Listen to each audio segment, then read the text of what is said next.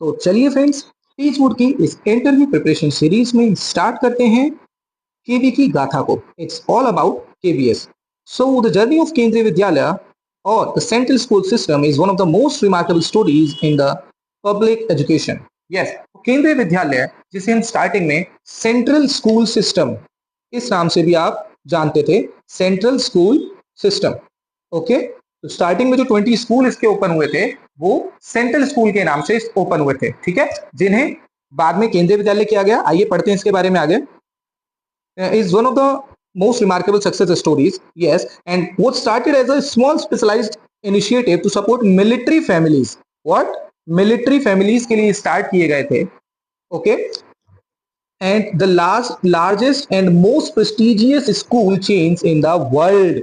आज की डेट में जो केंद्रीय विद्यालय है ये सबसे बड़ी और प्रेस्टिजियस स्कूल चेन है पूरे वर्ल्ड की, अगर हम बात करें तो, ठीक है। तो इसका जेनेसिस यानी कि इसका ओरिजिन, यहाँ एक आपको वोकैब में न्यू वर्ड आप ऐड कर सकते हैं, जेनेसिस, जिसका मतलब था ओरिजिन की स्टार्टिंग कहां से हुई, and why they were they created, ये क्यों बनाए गए 1962 से 65 के बीच में।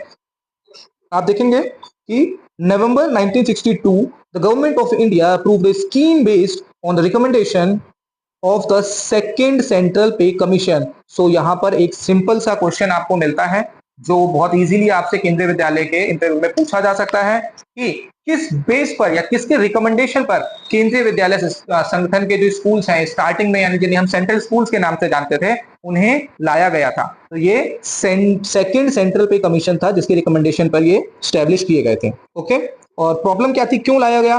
Because the central government and defence employ face frequent mid term transfer. Actually क्या होता है, जिनकी जॉब सेंट्रल गवर्नमेंट के अंडर में होती है, आप देखते हैं कि उनके ट्रांसफर्स बहुत जल्दी जल्दी होते हैं, जिस चक्कर में बच्चों की पढ़ाई को लेके बहुत बड़ा एक ये प्रॉब्लम थी कि बच्चे सही तरीके से पढ़ाई नहीं कर पाते थे पेरेंट्स के ट्रांसफर्स हो जाने के कारण। तो उसके लिए एक सॉल्यूशन के रूप में इसको लेके आए क्या, unified school system across India with a common syllabus, identical textbook and a bilingual medium of instruction, Hindi and English. क्या समझा रहे हैं आपको कि ये केंद्रीय विद्यालय संगठन एक यूनिफाइड स्कूल सिस्टम के रूप में आया सामने, ठीक है, जिसका कॉमन सिलेबस है। आप पूरे ऑल ओवर इंडिया में कहीं भी पढ़ रहे हो, उनके टेक्स्ट बुक हमेशा सीबीएसई रिकॉग्नाइज्ड होती हैं, और यहाँ बाइलिंगुअल मीडियम में पढ़ाई होती है, यानी हिंदी और इंग्लिश दोनों माध्यमों में पढ़ाया जाता है। आप पूरे ऑल ओवर इंडिया में किसी भी सेशन में किसी भी स्कूल में आपका बच्चे का नाम दर्ज कराएं, एडमिशन करवाएं, आप देखेंगे कि वहां वही सिलेबस चल रहा होगा जहां से आप ट्रांसफर लेके आए थे।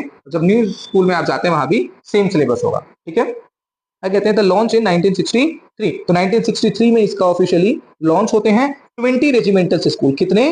20। तो स्टार्टिंग में 20 स्कूल सेंट्रल स्कूल्स के नाम से ओपन हुए थे, ठीक है। इसके बाद द संगठन इन 1965, इट मींस 1965 में, ठीक है, दिसंबर 1965 द केंद्रीय विद्यालय, on 15 December 1965 the Kendriya Vidyalaya Sangathan was registered as an autonomous society under the ministry of education, under the ministry of education, then known as MHRD। Okay, क्या बता रहे हैं यहाँ पे कि जो केंद्रीय विद्यालय संगठन है ये नाम कब मिला?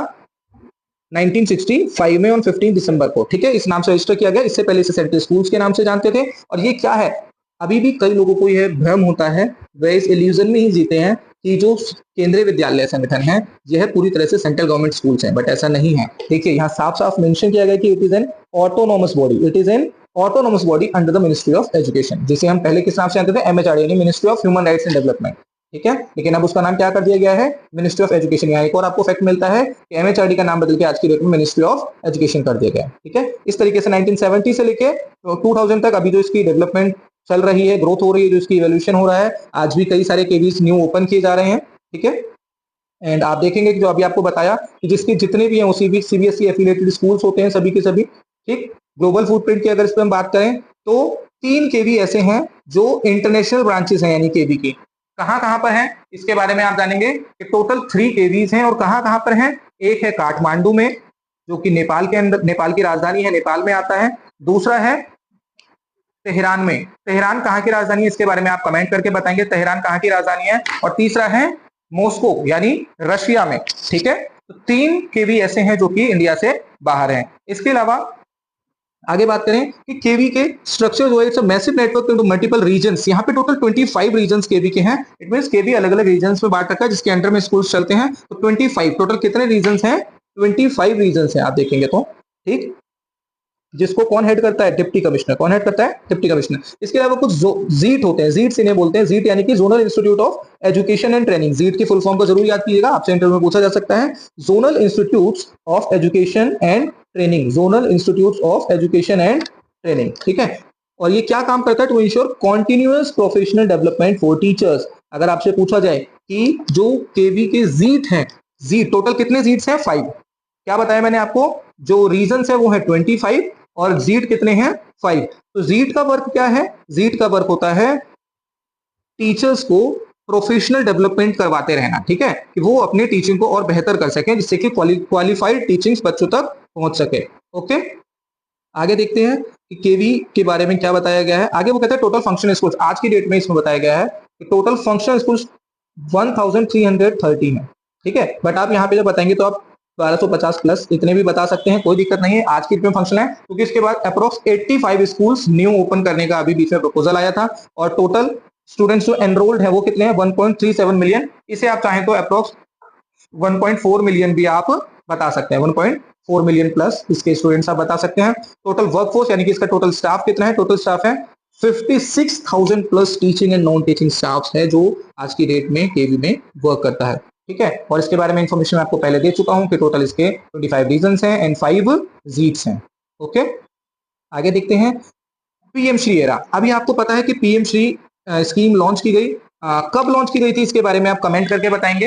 एग्जैक्ट डेट मैं आपको नहीं बताऊंगा, मैं आपको ईयर बताता हूं। ईयर है इसका ईयर 2022, इट मींस 2022 में, 2022 में पीएम श्री स्कीम लॉन्च की गई थी। आपको बताना है कि इसे अनाउंस कब किया गया था, इसको पीएम ने अनाउंस कब किया था, आपको ये बताना है। ओके, और इसके अंडर में एक्चुअली क्या होता है देखिए, PM scheme, hundreds of KVs have been upgraded into green smart school equipped with modern labs, ICT setups and advanced pedagogy aligned with the national education policy। तो PM श्री के under में fund मिलता है, approx 2.5 crore का fund every year school को provide किया जाता है। इसमें कुछ केवीज भी हैं, कुछ एनबीएस के स्कूल भी हैं, और इसके अलावा कुछ स्टेट बोर्ड के स्कूल्स भी इंक्लूड किए गए हैं, ठीक है। उसके अलावा बाल वाटिका के बारे में आप देखेंगे कि केवी में बाल वाटिका, जैसे कि आपकी अभी जो न्यू एजुकेशन पॉलिसी आई थी, न्यू एजुकेशन पॉलिसी 2020, इसमें बाल वाटिका के कंसेप्ट को लाया गया कि जो बच्चे बाहर एलकेजी, यूकेजी और नर्सरी क्लासेस पढ़ते हैं उन्हें केवी में, या हम कहें कि एनईपी 2022 में बाल वाटिका 1, बाल वाटिका 2 एंड बाल वाटिका 3 के नाम से इंट्रोड्यूस किया गया है। तो आज की डेट में कुछ केवीज में बाल वाटिका 1, 2, 3 तीनों ओपन है, किसी में 2 एंड 3 है, किसी में ओनली बाल वाटिका 3 है जो कि ओपन हो चुके हैं। इट मींस ये नजर आता है कि जो केवी है वो पूरी तरह से इस पे वर्क कर रहा है एनईपी 2020 पे, ठीक। तो आपको बता दिया बाल वाटिका 1 का मतलब क्या हुआ, बाल वाटिका 1 का मतलब है एलकेजी। ओके, बाल वाटिका 2 का मतलब क्या हुआ? यूकेजी। एंड बाल वाटिका 3 का मतलब क्या हुआ? नर्सरी, ठीक। चलिए आगे बढ़ते हैं। और आज भी इसका अभी एक्सपेंशन हो रहा है, आपको जैसा कि अभी बताया कि ऑलरेडी 85 न्यू स्कूल्स का प्रपोजल आया है।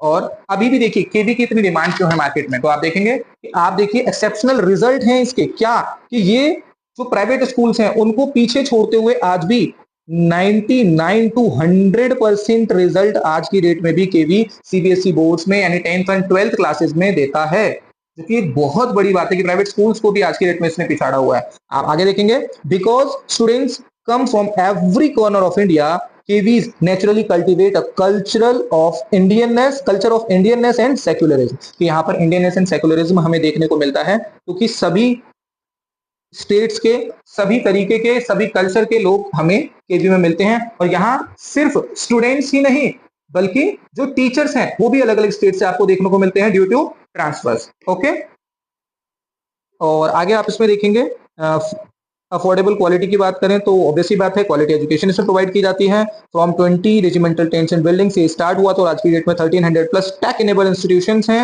अच्छा, अब हम बात करेंगे केवी के मोटो की। केवी का मोटो क्या है, तो आप देखेंगे केवी का मोटो यानी इसका ध्येय वाक्य क्या है? तत्त्वम पूषण अपावृणो। क्या है? तत्त्वम पूषण अपावृणो। देखिए ये जो वाक्य है केवी का ध्येय वाक्य, ये लिया गया है वेदों में से, जिसमें एक है ईशावास्योपनिषद। देखिए ईशावास्योपनिषद है जहां से ये लिया गया है, और ईशावास्योपनिषद के यह प्रथम अध्याय का फर्स्ट चैप्टर का 15th मंत्र है। फर्स्ट चैप्टर का 15th मंत्र, 15 वर्स है, मंत्र लिखेंगे या वर्स लिखेंगे, ठीक है, वर्स भी आप लिख सकते हैं इसको। तो आपको बताया कि ये क्या है, ईशावास्योपनिषद के प्रथम अध्याय का 15वां मंत्र है, जो कुछ इस प्रकार है। आप यहाँ देखेंगे, हिरण्मयीन पात्रेण सत्यस्यापि